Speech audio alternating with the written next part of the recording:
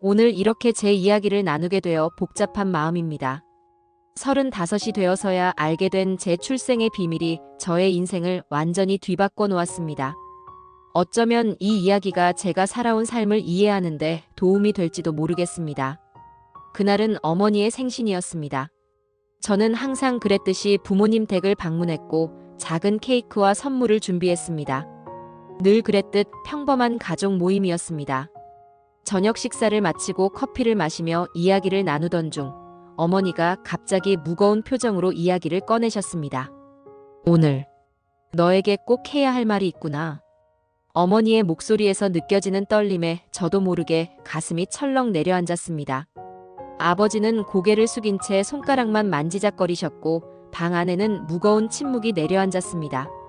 사실 내가 우리의 친자식이 아니란다. 그 한마디에 제 세상이 무너져 내렸습니다. 귀가 멍해지고 온몸에 힘이 빠져나가는 느낌이었습니다. 이 순간을 어떻게 표현해야 할지 지금도 적절한 말을 찾기 어렵습니다. 35해를 살아오면서 한 번도 의심해 본 적 없는 제 정체성이 순식간에 흔들렸습니다. 어머니의 이야기는 계속되었습니다. 저는 1989년 부모님이 결혼한 지 5년이 지났을 무렵 입양되었다고 합니다. 불임으로 아이를 가질 수 없었던 부모님은 입양을 결심했고 당시 미혼모가 출산한 저를 받아들였다고 합니다. 자세한 내용은 어머니도 모르셨습니다. 당시 입양 과정이 지금처럼 체계적이지 않았기 때문이라고 했습니다. 우리는 내가 태어난 순간부터 너를 사랑했어. 우리 아이로 키웠고 우리 아이가 맞아. 다만 이제 내가 알 나이가 되었다고 생각했단다. 어머니의 눈에는 눈물이 고여 있었습니다. 아버지는 여전히 말없이 앉아 계셨습니다. 그 순간 저는 아무 말도 할 수 없었습니다. 그저 그 자리에 얼어붙은 채로 앉아 있었을 뿐입니다. 집으로 돌아오는 길, 저는 온갖 생각에 휩싸였습니다. 제가 누구인지, 제 뿌리는 어디인지, 왜 친부모는 저를 포기했는지. 머릿속은 끝없는 질문으로 가득 찼습니다. 그날 밤, 저는 눈을 한 번도 감지 못했습니다. 다음 날 아침, 저는 회사에 병가를 냈습니다. 정상적인 상태로 일할 수 있는 컨디션이 아니었습니다. 제가 보험회사에서 일반 사무직으로 일하고 있었는데 다행히 팀장님께서 이해해 주셨습니다. 그리고 바로 부모님 댁으로 향했습니다. 부모님은 이미 저를 기다리고 계셨습니다. 어머니는 오래된 서류 상자를 꺼내셨고 그 안에는 제 입양 관련 서류들이 보관되어 있었습니다. 서류는 많지 않았습니다. 단지 간단한 입양 동의서와 출생 증명서뿐이었습니다. 제 생모에 대한 정보는 거의 없었습니다. 이름 석자와 당시 나이 19세만 기록되어 있었을 뿐입니다. 우리가 너에게 알려줄 수 있는 건 이게 전부야. 미안하구나. 아버지가 처음으로 입을 여셨습니다. 그 목소리에는 깊은 후회와 미안함이 담겨 있었습니다. 저는 그제야 부모님께서 이 비밀을 간직하며 얼마나 큰 부담을 느끼셨을지 생각했습니다. 그리고 왜 지금까지 말씀하지 않으셨는지도 조금은 이해할 수 있었습니다. 그날 이후 저는 입양인 커뮤니티와 관련 단체를 찾아다니기 시작했습니다. 제 뿌리를 찾기 위한 여정이었습니다. 하지만 정보가 너무 부족했습니다. 30년도 더 지난 기록을 찾는 것은 거의 불가능에 가까웠습니다. 그렇게 몇 달이 흘렀습니다. 일상으로 돌아가려 노력했지만 매일매일이 다르게 느껴졌습니다. 거울을 볼 때마다 나는 누구인가라는 질문이 머릿속을 떠나지 않았습니다. 친구들에게는 이 사실을 말하지 않았습니다. 어떻게 설명해야 할지, 그들이 어떻게 반응할지 두려웠기 때문입니다. 그러던 어느 날 입양인 권리 단체의 도움으로 제 생모를 찾을 수 있는 실마리를 얻었습니다. 당시 출산했던 병원의 기록이 부분적으로 남아 있었고 그곳에 기록된 주소지를 추적할 수 있었습니다. 물론 30년이 넘은 주소였기 때문에 현재는 전혀 다른 사람들이 살고 있었습니다. 하지만 그 지역 주민센터의 오래된 기록을 통해 생모의 가족에 대한 정보를 조금이나마 알 수 있었습니다. 제 생모는 저를 출산한 후 1년 뒤에 결혼했고 다른 지역으로 이사했다는 기록이 있었습니다. 그리고 그 이후의 행적은 찾을 수 없었습니다. 하지만 생모의 친정 가족에 대한 정보는 남아 있었습니다.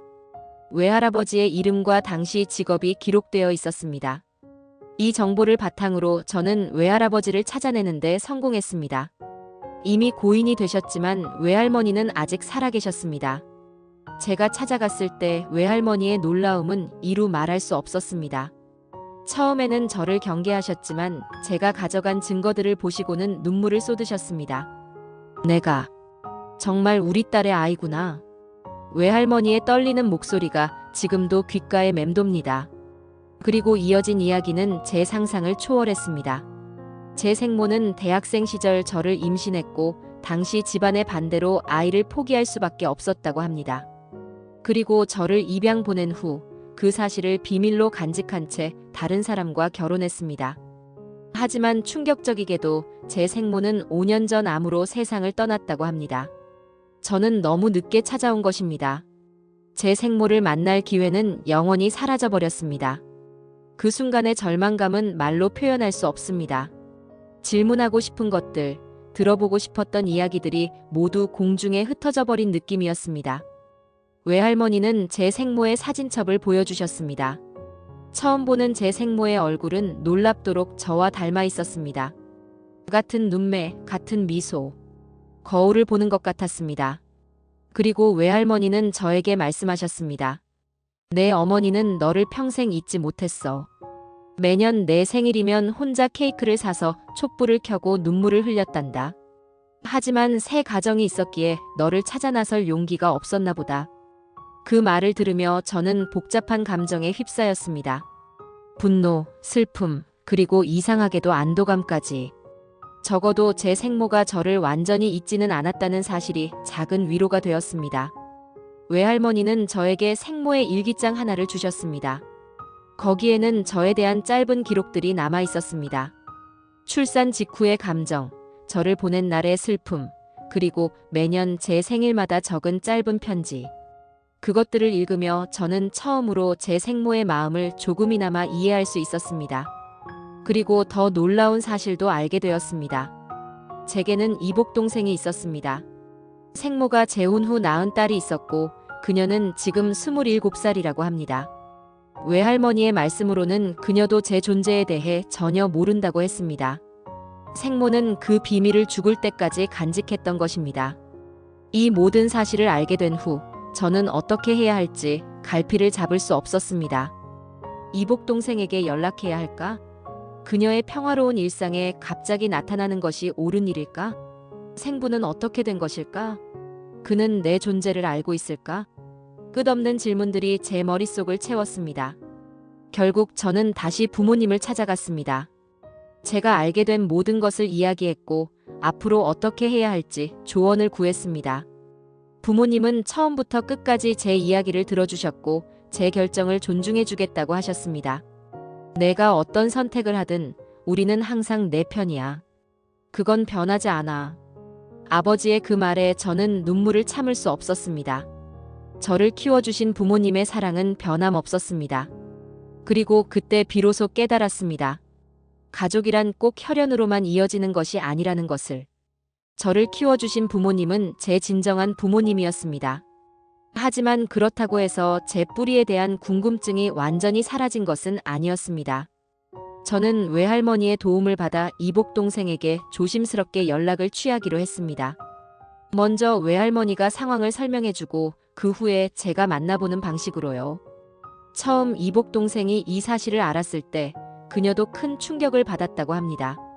어머니가 비밀리에 낳은 자식이 있다는 사실, 그리고 그 자식이 지금 나타났다는 사실은 그녀에게도 쉽게 받아들이기 어려운 현실이었습니다. 하지만 몇 주의 시간이 지난 후 그녀는 저를 만나보겠다는 의사를 전해왔습니다. 우리의 첫 만남은 조용한 카페에서 이루어졌습니다. 서로를 마주했을 때 우리는 둘 다 말을 잃었습니다. 그녀 역시 생모를 많이 닮아 있었고 그렇기에 우리는 서로에게서 생모의 모습을 발견할 수 있었습니다. 처음에는 어색했지만 시간이 지나면서 우리는 조금씩 대화를 나누기 시작했습니다. 그녀는 생모에 대한 많은 이야기를 들려주었습니다. 어떤 사람이었는지, 어떤 취미가 있었는지, 어떤 음식을 좋아했는지. 저는 그 이야기들을 통해 제 생모를 조금씩 알아가기 시작했습니다. 그리고 놀랍게도 우리는 많은 부분에서 공통점을 발견했습니다. 같은 음악을 좋아하고 같은 책을 읽고 심지어 같은 방식으로 웃기도 했습니다. 유전적 요소가 이렇게 강한 것인지 새삼 놀라웠습니다. 그러나 이복 동생은 생부에 대해서는 많이 알지 못했습니다. 그녀의 아버지는 생모의 두 번째 남편이었고 생부에 대해서는 들은 바가 없다고 했습니다. 이 부분은 여전히 미스터리로 남아 있었습니다. 몇 번의 만남 후 이복 동생은 저에게 제안했습니다. 생모의 묘소를 함께 방문하자고요. 저는 망설임 없이 동의했습니다. 생모를 직접 만날 수는 없지만 적어도 그녀가 잠든 곳을 찾아가는 것이 제게는 큰 의미가 있었습니다. 봄이 막 시작되는 3월의 어느 날, 우리는 함께 생모의 묘소를 찾았습니다. 조용한 공동묘지에 자리한 그녀의 묘비 앞에 서니 이상하게도 마음이 평온해졌습니다. 비록 살아생전에 만나지 못했지만 이렇게라도 그녀 곁에 설 수 있다는 것이 감사했습니다. 어머니, 언니가 왔어요. 이복 동생의 그 말에 저는 눈물을 참을 수 없었습니다. 언니라는 단어가 이렇게 특별하게 느껴질 줄은 몰랐습니다. 우리는 함께 묘소를 정리하고 꽃을 놓고 잠시 묵념을 했습니다. 그리고 각자의 마음속으로 생모에게 하고 싶은 말을 전했습니다. 제가 생모에게 전한 말은 간단했습니다. 어머니, 이제야 찾아왔습니다. 늦어서 미안합니다. 그리고 이해합니다. 그날 이후 저와 이복 동생은 조금씩 가까워졌습니다. 서로의 삶에 대해 알아가고 때로는 함께 시간을 보내기도 했습니다. 그녀의 가족들도 점차 저를 받아들이기 시작했습니다. 물론 생모의 남편, 즉 이복 동생의 아버지는 처음에 많이 혼란스러워했지만 시간이 지나면서 그도 상황을 이해하고 저를 따뜻하게 대해주셨습니다. 그리고 약 1년이 지난 후 저는 또 다른 중요한 결정을 내렸습니다. 제 생부를 찾아보기로 한 것입니다. 외할머니의 기억과 생모의 일기를 통해 저는 생부의 이름과 당시 다니던 대학 정도의 정보를 얻을 수 있었습니다. 그것만으로는 부족했지만 입양인 단체의 도움으로 추적을 시작했습니다. 몇 달의 노력 끝에 저는 마침내 생부로 추정되는 사람의 연락처를 얻었습니다. 그는 지금 지방의 한 도시에서 회사를 운영하고 있었고 가정을 이루어 살고 있었습니다. 그에게 연락을 해야 할지 그의 현재 가정에 혼란을 줄지에 대한 고민이 컸습니다. 하지만 결국 저는 진실을 알 권리가 있다고 생각했고 조심스럽게 편지를 보내기로 했습니다. 편지에는 제 상황을 간략히 설명하고 만약 그가 제 생부라면 한 번만 만나고 싶다는 내용을 담았습니다. 그리고 약 2주 후 답장이 왔습니다. 그는 저를 만나겠다고 했습니다. 우리의 만남은 도시 외곽의 조용한 카페에서 이루어졌습니다. 그는 예상보다 훨씬 나이가 들어 보였고 긴장한 모습이었습니다. 처음 몇 분간은 어색한 침묵만이 흘렀습니다. 그리고 그가 먼저 입을 열었습니다. 내가 정말 그 아이구나. 그의 목소리에는 복잡한 감정이 담겨 있었습니다. 그는 당시 상황을 설명했습니다. 대학생이었던 그와 제 생모는 서로 사랑했지만 너무 어렸고 준비가 되어 있지 않았다고 합니다. 생모의 임신 소식을 들었을 때 그는 무서워서 도망쳤다고 합니다. 그리고 그것이 평생의 후회가 되었다고요. 내가 그때 내 어머니를 돕지 못한 것은 내 인생의 가장 큰 실수였어. 그리고 그 사실을 평생 숨기며 살아왔지. 그는 현재 가족들에게도 이 사실을 말하지 않았다고 합니다. 아내와 두 아들이 있지만 과거의 일은 철저히 비밀로 했다고 합니다. 그리고 이제 와서 이 사실이 알려지면 그의 가정이 무너질 수도 있다며 두려워했습니다. 저는 그를 이해했습니다. 그의 현재 가족에게 혼란을 주고 싶지 않았고 단지 제 뿌리를 확인하고 싶었을 뿐입니다. 우리는 약속했습니다. 이 만남을 마지막으로 서로의 삶에 간섭하지 않기로요. 그는 저에게 자신의 젊은 시절 사진 몇 장과 제 생모와 함께 찍은 사진 한 장을 주었습니다. 그것이 그가 줄 수 있는 전부였습니다. 그렇게 저의 뿌리찾기 여정은 일단락되었습니다. 많은 것을 알게 되었지만 여전히 많은 것이 비어있는 느낌이었습니다. 하지만 이제 적어도 제가 누구인지, 어디서 왔는지에 대한 기본적인 틀은 갖추게 되었습니다. 이 모든 과정을 거치면서 저는 스스로에 대한 새로운 정체성을 형성해 나갔습니다. 저는 두 쌍의 부모를 가진 사람이었습니다. 절 낳아주신 부모님과 절 키워주신 부모님, 그리고 두 개의 가족을 가진 사람이었습니다. 제가 자라온 가족과 최근에 알게 된 친가족. 물론 모든 것이 완벽하게 정리된 것은 아닙니다. 여전히 마음 한구석에는 채워지지 않는 빈자리가 있습니다. 특히 생모를 직접 만나지 못한 것은 평생의 아쉬움으로 남을 것 같습니다. 하지만 그녀의 일기와 이복 동생의 이야기를 통해 저는 그녀가 어떤 사람이었는지 조금이나마 알 수 있게 되었습니다. 지금 저는 제 정체성을 새롭게 받아들이는 과정에 있습니다. 입양된 사실이 제 존재 자체를 바꾸는 것은 아니라는 것을, 그리고 제가 누구인지는 결국 제 자신이 만들어가는 것이라는 것을 깨닫고 있습니다. 입양으로 인한 복잡한 감정들도 있습니다. 때로는 버림받았다는 느낌, 때로는 자신이 누구인지 혼란스러운 느낌. 하지만 그런 감정들도 제 일부로 받아들이고 있습니다. 상담을 통해 이러한 감정들을 건강하게 다루는 법도 배우고 있습니다. 저를 키워주신 부모님과의 관계는 이 모든 진실이 밝혀진 후 오히려 더 깊어졌습니다. 그들이 저를 얼마나 사랑하셨는지, 그리고 그 사랑이 혈연보다 얼마나 강할 수 있는지 다시 한번 깨달았습니다. 이제 우리는 더 이상 비밀이 없는 상태에서 더 솔직하고 깊은 관계를 맺어가고 있습니다. 이복 동생과는 점점 더 가까워지고 있습니다. 생모의 특별한 날이면 함께 묘소를 찾아가고 서로의 중요한 순간들을 공유하기도 합니다. 그녀를 통해 저는 제가 놓친 생모의 삶의 조각들을 채워가고 있습니다. 생부와는 그 이후로 만나지 않고 있습니다. 서로의 약속을 지키는 것이 최선이라 생각했기 때문입니다. 하지만 가끔 이메일로 안부를 주고받으며 최소한의 연결은 유지하고 있습니다. 이제 저는 제 이야기를 다른 입양인들과 나누며 그들의 뿌리찾기 여정에 작은 도움이 되고자 합니다. 많은 입양인들이 저와 비슷한 감정과 질문을 갖고 있다는 것을 알게 되었고, 그들과의 대화를 통해 저 자신도 많은 위로를 받고 있습니다. 최근에는 입양인들을 위한 자조 모임에 참여하기 시작했습니다. 그곳에서 다양한 입양 이야기들을 듣고 서로의 경험을 나누며 치유의 시간을 갖고 있습니다. 각자의 이야기는 다르지만 우리 모두는 비슷한 질문과 감정을 공유하고 있다는 것을 느낍니다. 출생의 비밀을 알게 된 이후 저의 삶은 확실히 달라졌습니다. 하지만 그것이 반드시 부정적인 변화만은 아니었습니다. 오히려 더 넓은 시각으로 세상을 바라보게 되었고, 가족의 의미에 대해 더 깊이 생각하게 되었습니다. 가족이란 단순히 피의 연결이 아니라 서로에 대한 사랑과 이해, 그리고 함께한 시간으로 만들어지는 것임을 깨달았습니다. 저를 키워주신 부모님은 친부모님이 아니었을지 모르지만 부모라는 이름에 결코 부족함이 없으셨습니다. 오히려 더 큰 사랑으로 저를 키워주셨다고 생각합니다. 여전히 가끔은 만약에라는 생각이 듭니다. 만약 생모가 저를 키웠다면 어떤 삶을 살았을까? 만약 생부가 도망치지 않고 책임을 졌다면 어땠을까? 하지만 이제는 그런 생각들이 저를 괴롭히지 않습니다. 그저 잠시 스쳐 지나가는 생각일 뿐, 제 현재와 미래에 집중하려 노력합니다. 제 출생의 비밀을 알게 된 지 이제 2년이 지났습니다. 많은 것들이 달라졌고 많은 것들을 배웠습니다.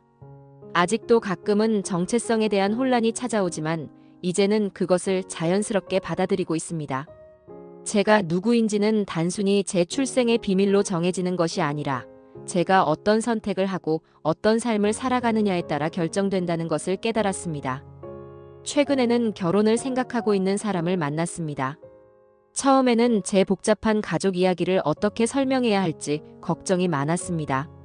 하지만 용기를 내어 모든 것을 솔직하게 이야기했고 다행히 그는 이해해 주었습니다. 오히려 제가 이 모든 과정을 겪으며 성장한 모습을 존중해 주었습니다. 미래에 제가 아이를 갖게 된다면 저는 아이에게 입양에 대해 그리고 제 뿌리에 대해 솔직하게 이야기해 줄 것입니다. 비밀이 얼마나 큰 상처를 줄 수 있는지 저는 직접 경험했기 때문입니다. 대신 아이가 이해할 수 있는 나이에 적절한 방식으로 천천히 이야기해 줄 것입니다. 입양인으로서의 정체성을 받아들이는 것은 쉬운 일이 아니었습니다.